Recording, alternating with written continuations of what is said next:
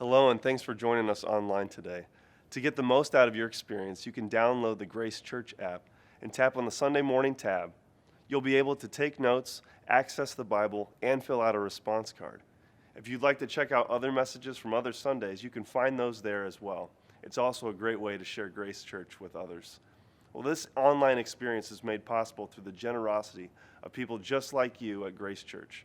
And if you'd like to contribute to what God is doing here, you can also do that in the app at worcestergrace.org or simply by texting Grace Church Woo to 77977.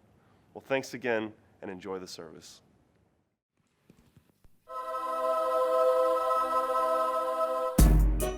Let's be honest. The Christmas season, while awesome, can become extremely cluttered. There's so many unrealistic to-do lists, parties, expectations, financial burdens, and plenty of stress to go around. But somewhere, buried under all that clutter, there's potential for a truly meaningful Christmas. What if we really cleared the clutter and made room for what's most important this Christmas? Jesus.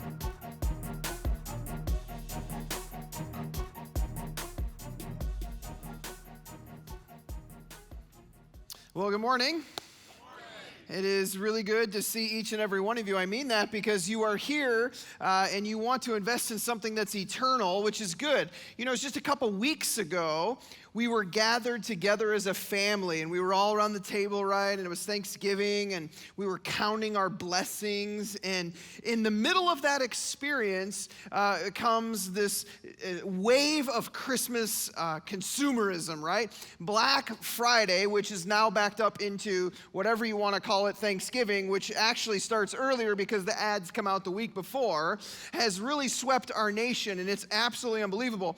And I found online that there is a webcam, okay, outside of Walmart that kind of captures the whole entire picture of what it's like as Americans come to consume, and it's almost like it's a war, right, that they're coming at them. And the store is kind of preparing with shields and everything. It might look a little bit like Star Wars and the War of Naboo, right? When the droids are trying to defend, they put up the force field at the stores, everything, and here come the people, right? And oh my goodness, do workers at stores have stories about Americans who go to these Black Friday events, right? It's just absolutely chaos, right? One couple waited in line 14 hours so they could fill their cart with $2 towels.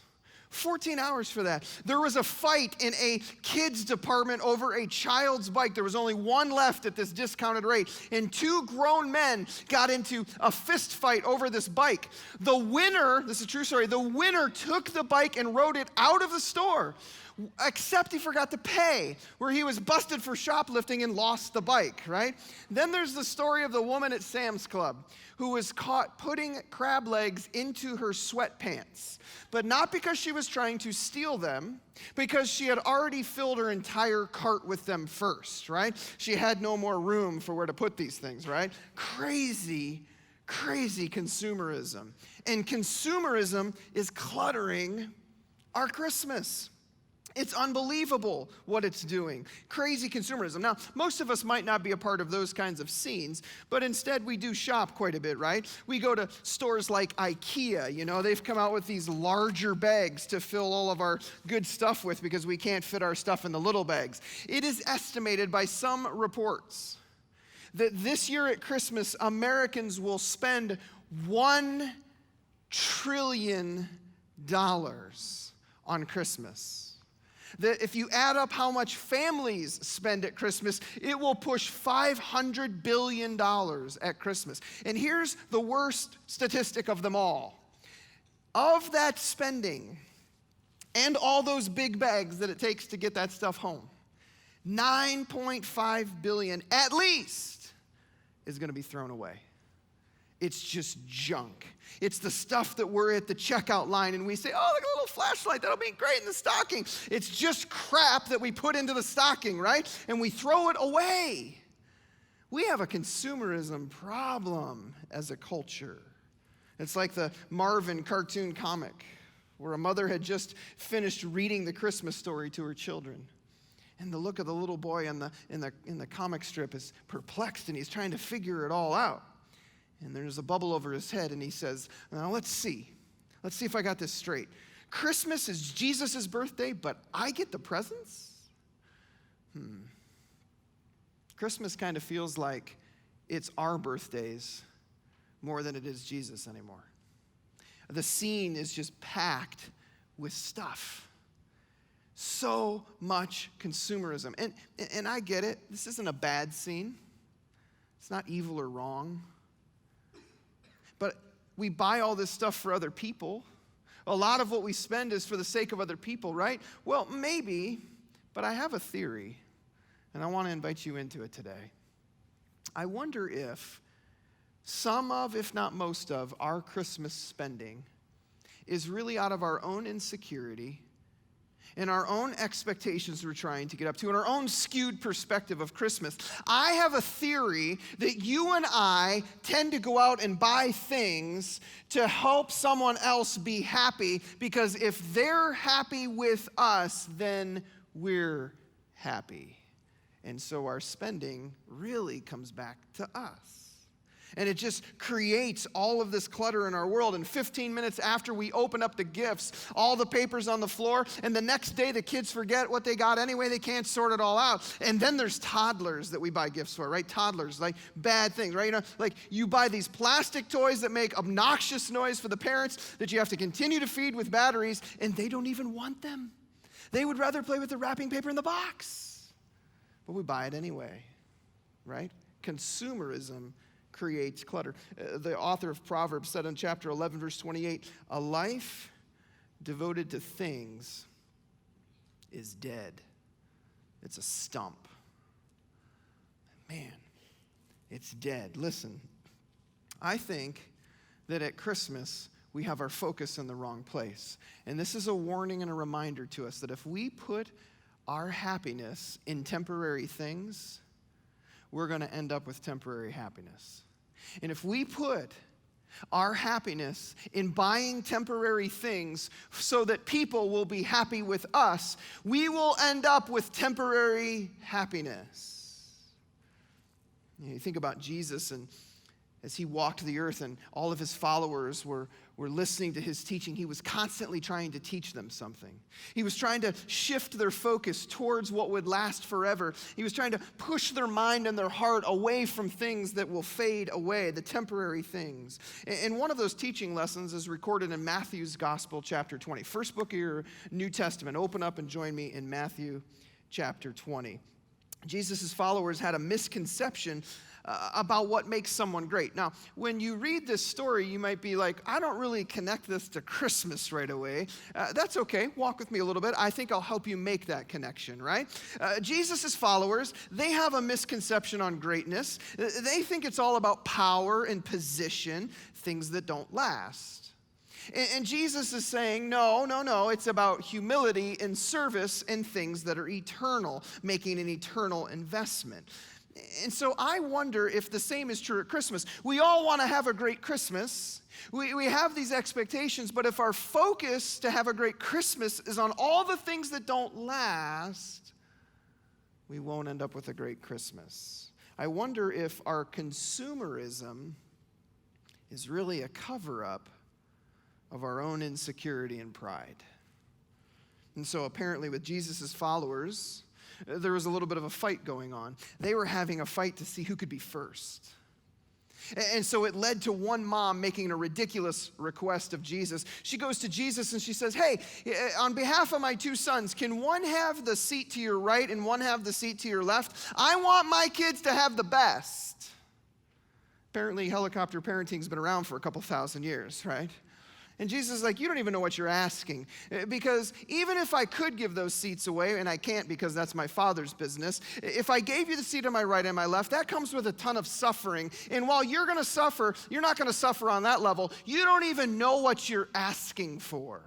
Your request is that ridiculous. And so she's making this request, and you can just almost see this, like, a mom trouncing in front of Jesus making this request. And all the other followers, all 10 of them, they're standing there like, what? And Matthew says they become indignant. And that means that their pride is wounded. You know why their pride's wounded? Because they didn't think of it first. They didn't come up with the idea themselves. When they could have asked Jesus for the same spot, they wanted to have the best seats. Instead, this mom is making the request in front of them. And so they're frustrated. And so everyone's upset. And Jesus realizes this is an opportunity to teach. And so he sees this chance to focus on what lasts instead of chasing for what doesn't. And in chapter 20, verse 25, we read his words. He says, you know that the rulers of the Gentiles, they lord it over them. And their high officials, they exercise authority over them. He says, you know the people chasing the things that don't last. That's not going to be you. That might be how it works in the world. That might be the way that it goes. That might be what Christmas looks like according to people in our culture, but not so with you.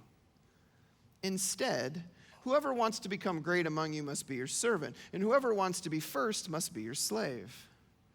Just as the Son of Man did not come to be served, but to serve and give his life as a ransom for many. Jesus says, hey, wait a minute. Why are you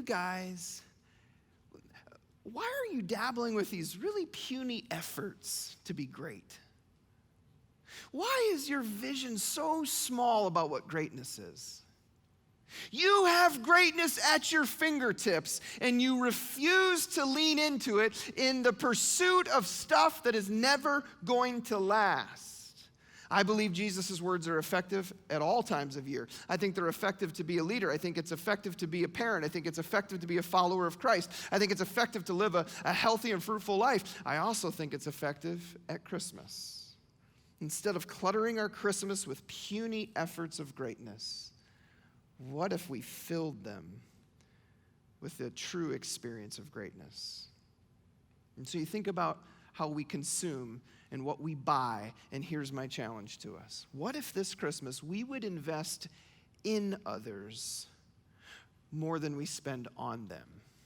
Because see, investing in others is joy, but spending on them is happiness. And happiness is never going to last, but joy is there long after the light flickers out on happiness. See, Jesus taught that true humility and service, it comes naturally out of a life that understands its worth. You're not truly serving someone if you're doing it to prove to them that you can do something, or to prove your worth to somebody, or to show that you can arrive, or you've arrived, or you can do it. No, true service overflows out of who you know you are as a follower of Christ. It comes out of your identity in him. And so it depends on how you choose to look at it. How do you choose to look at this Christmas? Will you spend more on people or invest more in people? So Jesus gives us a few lessons about that. And then Matthew follows this teaching up with a story that's going to kind of be our focus this morning. And the story is a grand illustration of this teaching that Jesus gives. And we're going to learn 3 lessons that'll help us, if you will, unclutter our Christmas from consumerism, okay? If you're a note taker, you can write them down. I put an outline in your program for you. Number 1, we need to start with a greater vision.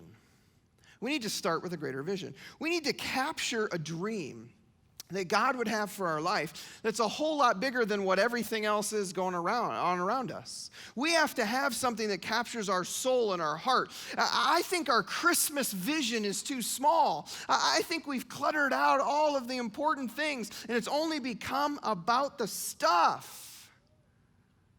We need a greater vision.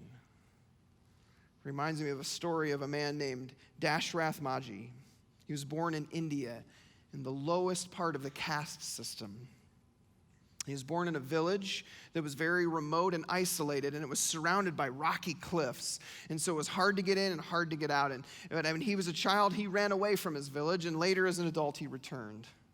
And when he returned, he met a woman that would become his wife, and they were married. And in 1960, one very normal day in this village, she climbed up into the rocky cliffs to find water for their family, where she had an accident. She fell and hurt herself. But because this village was so remote, they couldn't get her to help, and she ended up dying. And this became a pivotal turning point in Maji's life. It completely changed him. He resolved from that point on to cut a roadway across the ridge and the rocks to make his village more accessible.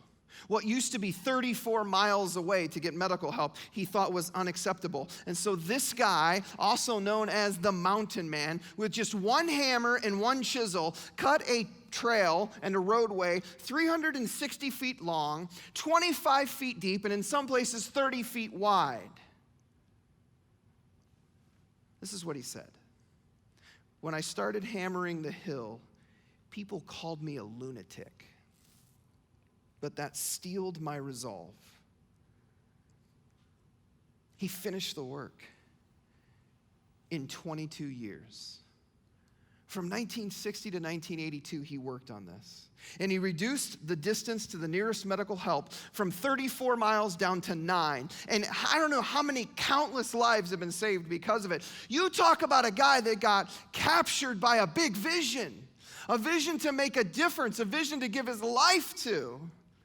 And Jesus is teaching his followers, he's like, man, humility and service is a bigger vision than what you're thinking about. You want positions and power. You want greatness that goes away. I'm here to give you greatness that's here to stay. He's like, I got no better example than my mission statement. Look at verse 28. This is Jesus' mission. I'm here not to be served, but to serve. And I'm going to give you the greatest example of it when I give my life. This is Jesus talking. He's the Messiah, the one that prophets predicted would be here thousands of years before he came, that Christmas celebrates his arrival in the form of a baby, the guy that lived a sinless life, a guy that fulfilled all of the predictions and prophecies about him. This is the guy that had every right to say, I need to be served. But he didn't. He had a greater vision. He gave up all of his rights and he took on the responsibility. The responsibility that he would give his life as a ransom or a replacement or a substitute for you. Jesus' greater vision was you and me. That's his greater vision. He wanted to give his life for us. I think about Christmas and I think, man, sometimes some of the thing that's missing is a greater vision. It gets so filled with the wrong stuff. And most of you probably have a greater vision in your life. You might have a life mission statement, but for this season, you kind of ignore it. You know, because that's what everybody else around us does. I'm just participating in what everybody else is doing. Or I have a justified reason why I don't actually live out my life mission statement in December. What if we could connect our mission and our purpose and our vision in our life to Christmas? Maybe that's why you're here today. To connect your life to something greater than what you've been living for. You think about it, our church has a greater vision and a greater mission. Our mission statement is to develop all people into fully devoted followers of Christ. Why is that important? Because as a group, we can drift from one way to the other, but it brings us back to the center of who we believe Jesus wants us to be. I have a life mission statement. It's to have a passion for God that always turns into a compassion for people, right? Because I can drift one way or the other, and I want this to be the anchor. And we get that from things like this. Jesus' mission statement, not to serve, or not to be served, but to serve. And to give his life as a ransom for many. That's his life mission statement. I think the American Christmas is too small of a vision. I think it's time for something bigger. What's your Christmas vision for your family, for yourself, for your friends, for your work, for your group of people? What's your Christmas mission statement, if you will? Jesus says, hey, you want to make a difference. You want to have this kind of a life. You got to start with something way bigger. You got to start with a greater vision. And on top of that, then you can start putting some things into practice. The second lesson we learned from this story right after this teaching is you got to stop long enough to ask the question. You got to stop long enough to ask the question. About to hear a story of what happened when Jesus was leaving town and had a chance to put this into practice. He had to test the focus, if you will, of his life mission statement. Christmas is a real test of our focus, isn't it? Forbes tells us like 82% of us do some of our Christmas shopping online. I like it. I do my Christmas shopping online, right? You click, they send, you wrap. It's like you did something, right? It's amazing. I enjoy it. Yet sometimes our focus can get blurred in all of that. A few years ago, ABC News was sharing a story about a FedEx truck that had flipped over in New Jersey. And I want you to see the headlines. The headlines of this story, ABC News, right? 10 days before Christmas, New Jersey highway crash sends FedEx packages flying 10 days before Christmas. That's the headline. Not how the driver was doing. Not was anybody else involved. But if you read the 2-paragraph literary amazing piece that it was, this is what it says. There was no one injured, and a second truck was quickly on the scene to prevent delivery delays. Well, thank God. Whew. Wouldn't want the Christmas presents coming late, right? It kind of shows you where we're a little out of focus. That's what happens when we spend more on people than we invest in them. And Jesus is teaching his followers that the greatest in the kingdom will always serve the least in the world. They're not going to be so focused on spending as they are investing. And in verse 29, Matthew records this story about Jesus. It says, and Jesus and his disciples were leaving Jericho, and a large crowd followed him. 2 blind men were sitting by the roadside. And when they heard that Jesus was going by, they shouted, Lord, Son of David, have mercy on us. The crowd didn't like that. They rebuked him and told him to be quiet. But that didn't deter these guys. They shouted all the louder, Lord, Son of David, have mercy on us. Why? Because they're desperate. And Jesus stopped, and he called to them. He said, what do you want me to do for you?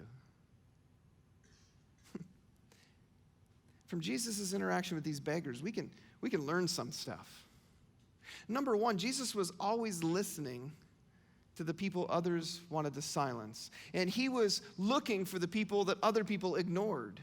This story is recorded in Mark and Luke as well. And Mark actually records the name of one of the beggars. His name is Bartimaeus, and it literally means the lowest of the low. It means dung, right? Bad, not good. This guy is literally an outcast. And so if you could just put it into modern terms, Jesus is on a journey, and he's taken a lot of people with him. So it's like a caravan of buses, right? And we're all on this bus journey with Jesus.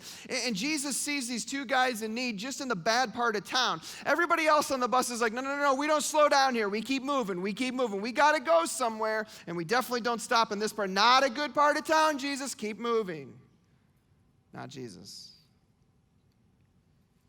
He understands that these 2 low lives, as everyone else would define them, they're among 2 of the people that fulfill his greater vision.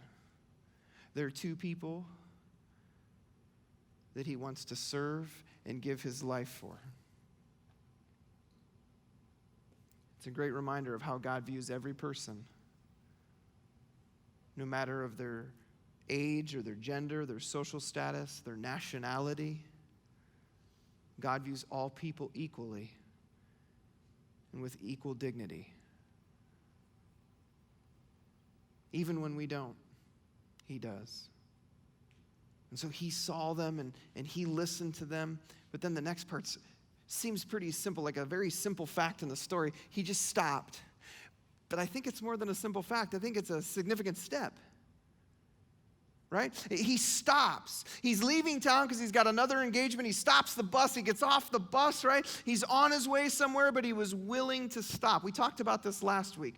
We clutter our lives at Christmas with so much stuff on the calendar. We're so busy, maybe too busy, that we miss these opportunities. He's willing to have his temporary schedule interrupted to make an eternal investment.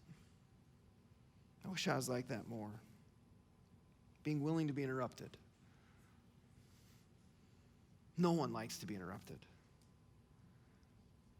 And so he sees them, he hears them, he stops.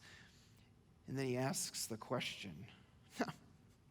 I'm reading this story and I'm like, you just remember who the characters are, right? So the bus is stopped, Jesus gets off, there's two blind beggars there, and he's talking to them, and he asks them the question. The question is, what do you want me to do for you? Now, this is Jesus, the Son of God, talking. He knows what they need, and so does everyone else on the bus, right? We can all see the situation is pretty obvious. So why does Jesus ask a question that he and everyone else, including the two people there, know the answer to? Why does he do this? It's not like he doesn't know it. He asks to make a point. Maybe a couple points. When he asks them this question, these two guys that were lowlives that no one else wanted to hear, no one else wanted to see, no one else wanted to be around, he gave them a voice. He gave them a voice. And he made a point to everyone in the crowd that there are needs to be met.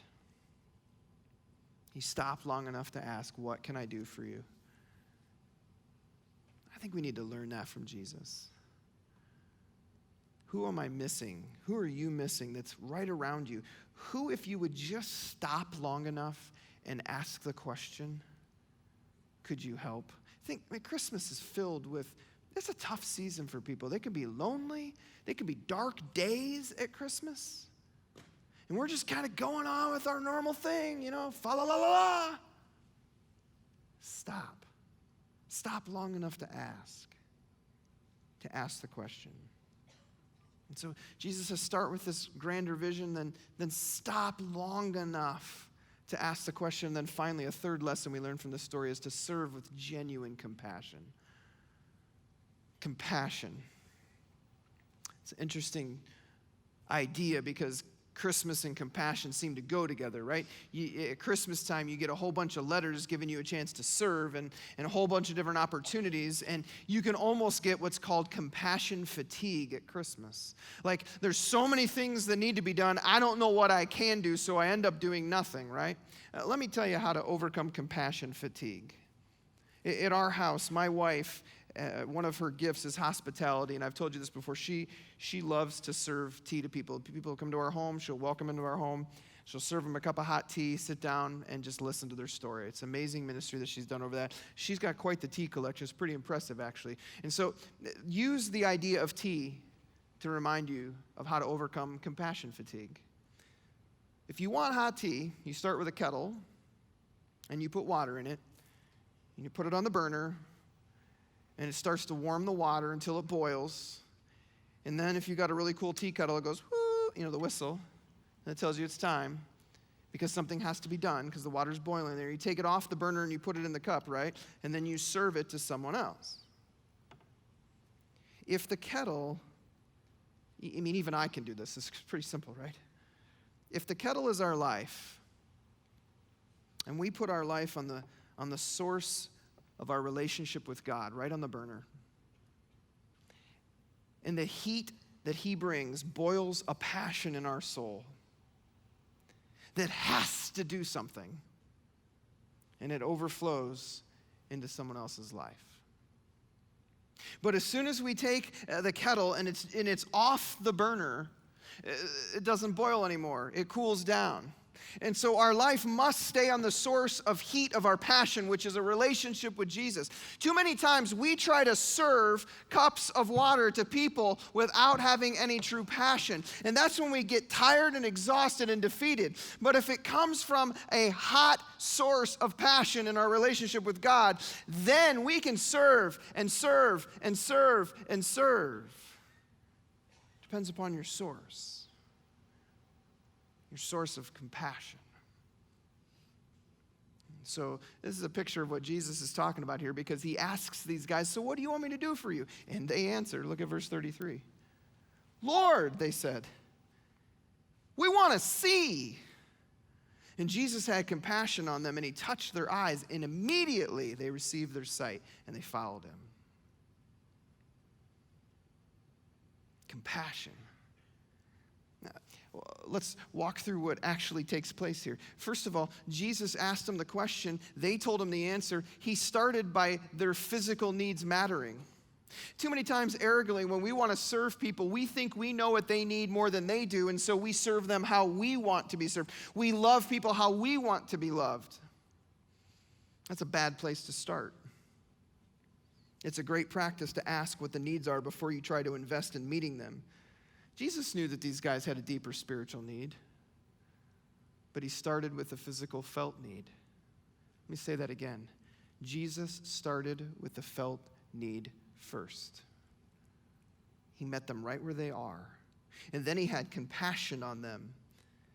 Ministry is defined as meeting the needs that people have in the name of Jesus. And the way we do that is through compassion. Compassion means there's a feeling inside of you that's boiling up that you have to do something about. Literally, it's in your gut. It's like you got to go to the bathroom and there better be one around, right? Because I got to do something about this. It's a feeling that you have to act on. And he did. He touched their eyes. This is important. Go back to that bus trip idea. They're flying out of Jericho. Nobody wants to stop in this part of town. They slow down, the bus stops, Jesus gets off. No one's probably getting off with them. They don't want to be in this area, and they sure don't want to hang out with these two guys. He's having a conversation with them. He's treating them like they matter, and no one wants to be involved in that. And then he touches them.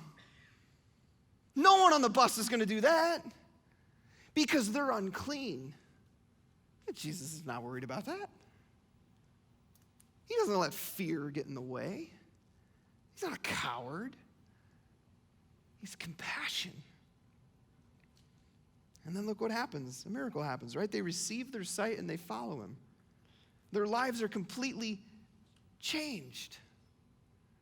They get what they wanted physically. We just want to see. They got that, but then they followed Jesus. They got what they needed in addition to what they wanted.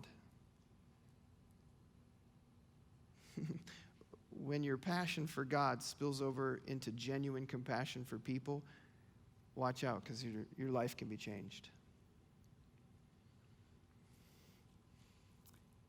Our spending on people will never impact them like our investment in them. Parents, at Christmas, I feel this tension. But let me remind you, your spending on somebody will never impact them more than your investment in them. And maybe you can spend a lot, and so you do. And maybe you can't, and so you don't.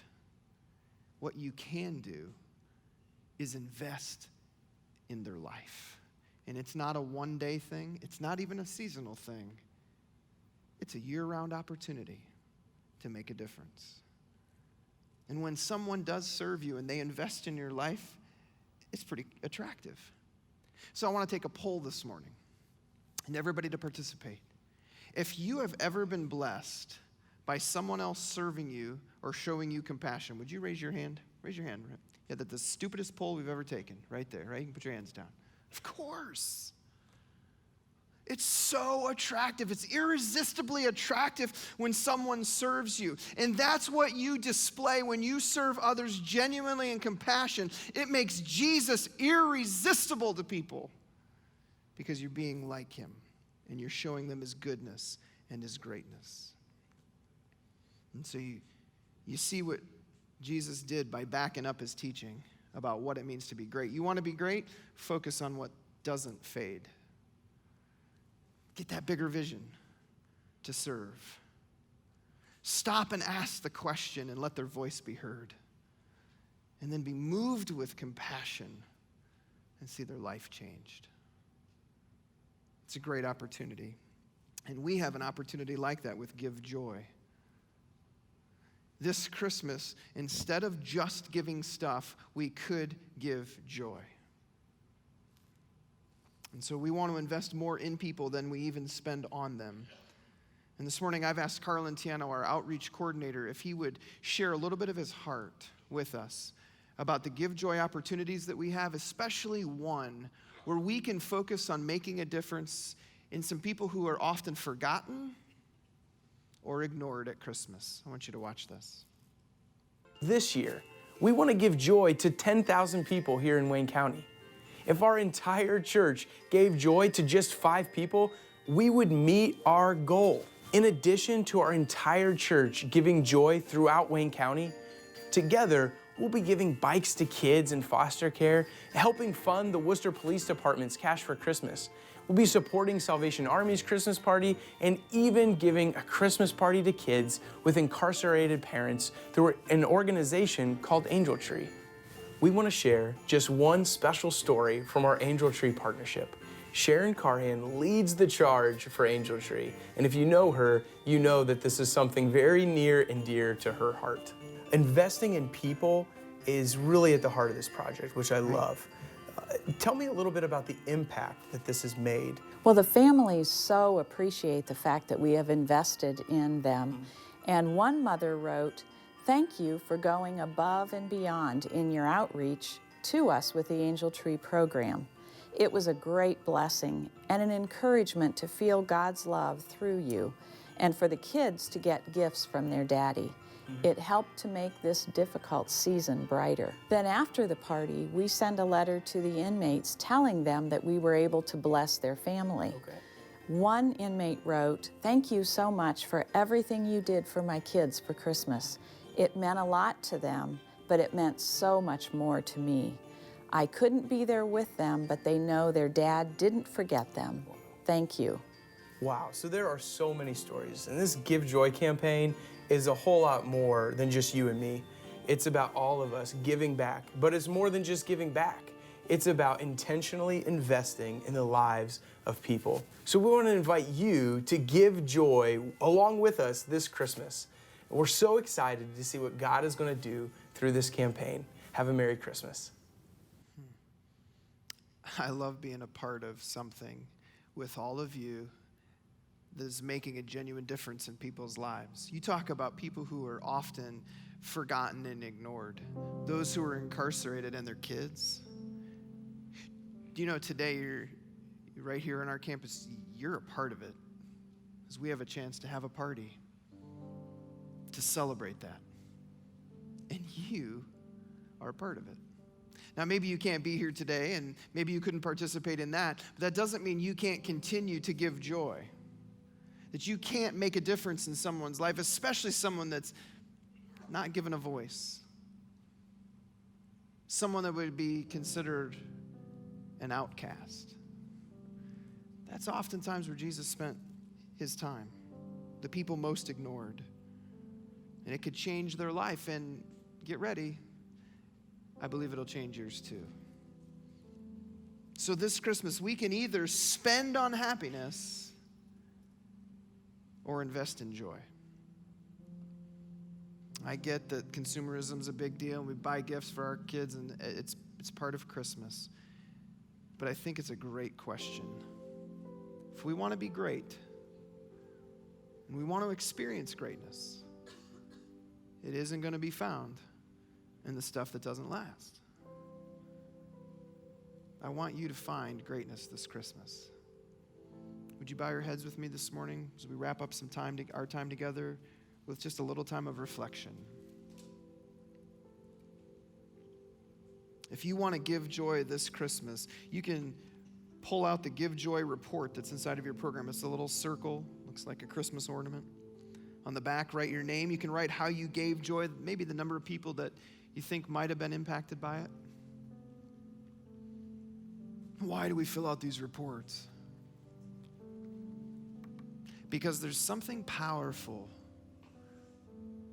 when we fill these out and we put them on the wall, in encouraging one another and inspiring one another and challenging one another to continue to give joy. Don't just give happiness. What a shallow Christmas. Give joy. Give something that'll last. And when you're doing that, you can invite the person with you, not just to meet the physical need, but also the spiritual need. Invite them to join you at Christmas, right? 8 services, 5 times, 3 days. No excuses. There's an opportunity. Why? Because Jesus changes everything. His greater vision was to offer himself for you.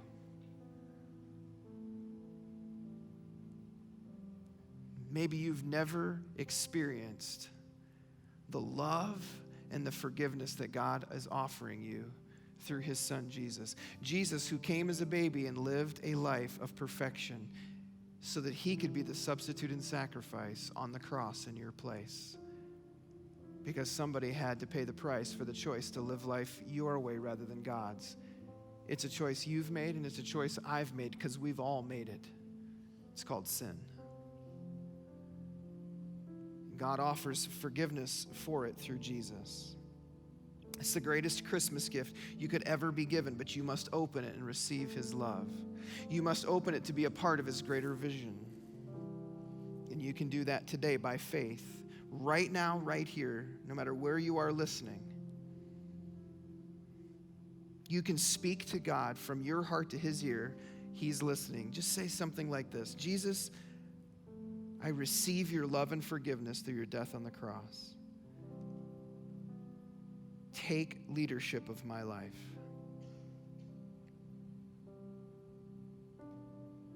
And if that's a conversation that you've had with God this morning, we want to encourage you and celebrate with you and help you take your next steps. And we can't do that unless you let us know.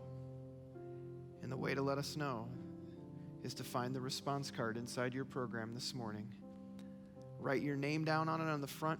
You can check the box that says, today I receive God's love and forgiveness for me in Christ.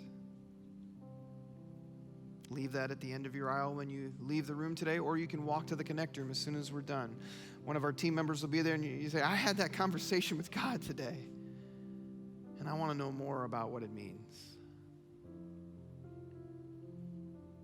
God, teach us to unclutter our Christmas. Teach us where to put our emphasis. Help us not to be so drawn in by the consumerism. God, we want to give joy, not just happiness. Thank you that Jesus gives us joy that never ends. It's going a long time after happiness is over. Help us to be great and to experience greatness this Christmas. It's in Jesus' name. Amen. We all have a chance to unclutter our Christmas this season. Let's move past the stuff. Let's move past the junk. And let's move on to investing in people. Let's give joy this Christmas season. Think of those opportunities that you have throughout the week to give joy. And then we'd love for you to report them back here. We love to track those and to celebrate alongside of you. So, hey, if you're a guest with us today, we would love to know about it. Maybe you've been around for a couple of weeks and maybe you have a few questions. Swing by Connect right after the service. It's right outside these back doors. If for nothing else, we've got some kettle corn waiting for you there just to say thanks for being here. And if you have a next step coming out of today's message, write that down and leave it behind on your response card at the end of your row as you leave this morning. And then we're like 2 weeks out from Christmas. So don't freak out. Don't get too stressed out. We're almost there. It's all going to come together. But one more thing, take those invite cards with you. Give those out. We would love to fill out this place for every one of our services when we have Christmas weekend coming up in just a few weeks. So use those, give joy, and we'll see you right back here next Sunday. We'll see you then. Well, I hope you were inspired and encouraged by what you've experienced here today. At Grace Church, we believe that there's always a next step, and I trust that God is beginning to reveal your next step to you now. If that's the case, would you share that with us? You can do that on the response card right on the Grace Church app. We would love to pray with you and help you take that next step. Well, thanks again for choosing to connect with us online, and have a great day.